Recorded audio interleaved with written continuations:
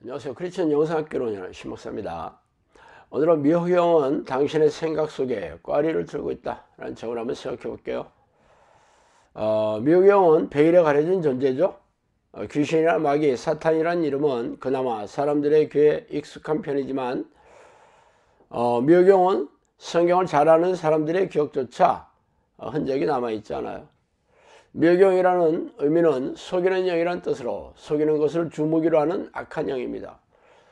만물의 영이 돈으로 사람들을 시험에 빠뜨리는 영인 것처럼 미혹영은 감쪽같이 속여서 사람들을 유혹하고 공격하는 그런 유형의 별명이 붙은 셈이죠.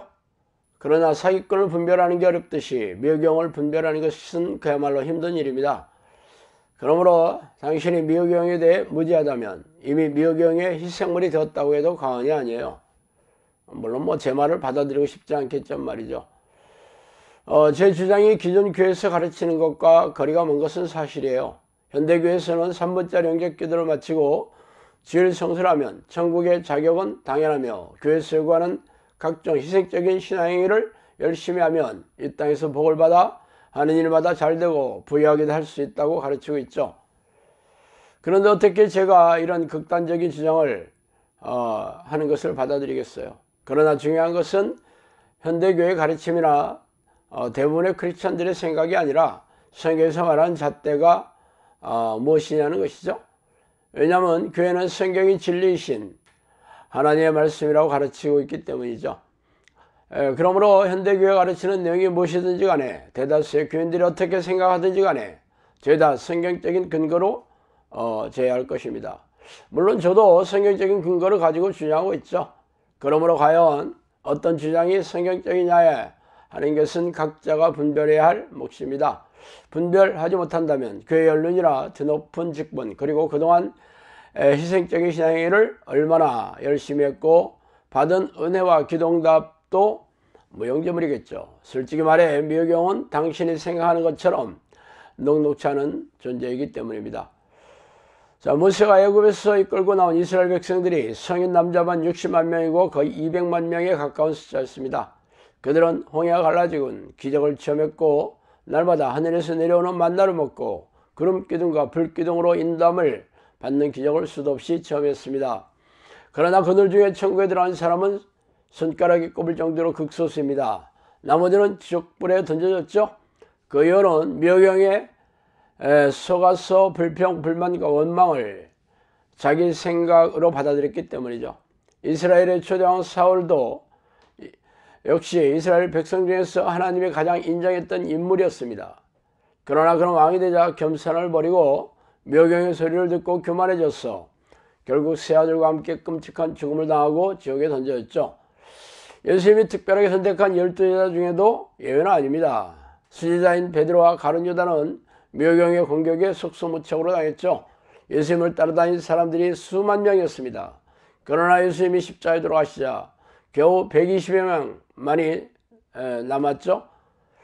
이는 예수님이 하신 기적을 눈으로 목격한 사람들도 미혹영의 공격에 넘어가지 않은 사람들이 별로 없다는 증거가 아닙니까? 그러므로 성경의 근거를 철저하게 제가며 분별하지 않는다면 당신의 생각이 옳다는 것을 어떻게 증명하겠어요? 그러나 대다수의 크리스천들은 성경에서 자신의 생각에 맞는 것만을 추려내어 자의적으로 해석하고 아전히 이쑤시개로 받아들이며 자신의 생각에 맞지 않은 것들을 그냥 덮어두고 있죠.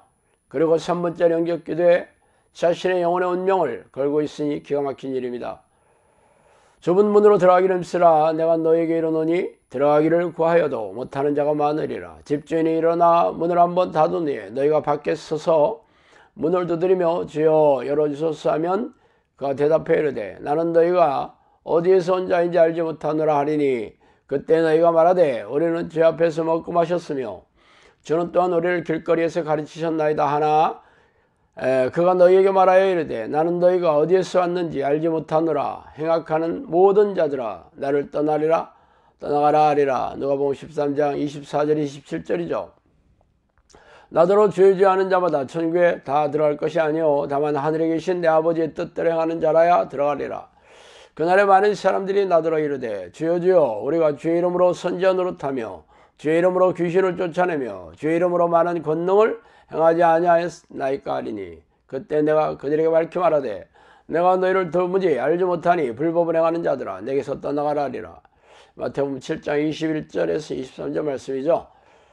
예수님은 천국은 좁은 문이고 들어가려고 애쓰는 사람들도 들어가지 못한 사람이 허다할 것이라고 말씀했습니다. 들어가려고 애쓰는 사람들이 누구입니까? 바로 예수를 영접하고 교회를 열심히 다니는 크리스천이겠죠. 그들이 한때 예수님과 교제를 나누며 가르침을 받았다고 하지만 예수님은 그들을 모른다고 외면하고 계십니다. 왜냐하면 그들이 교회를 열심히 다녔지만 예수의 명령을 준행하지 않았기 때문이죠. 또 어떤 이들은 예언을 하고 귀신을 쫓아낸 능력도 행하는 제자들이었지만 역시 예수님으로부터 외면을 받고 지옥불에 던져지고 있습니다.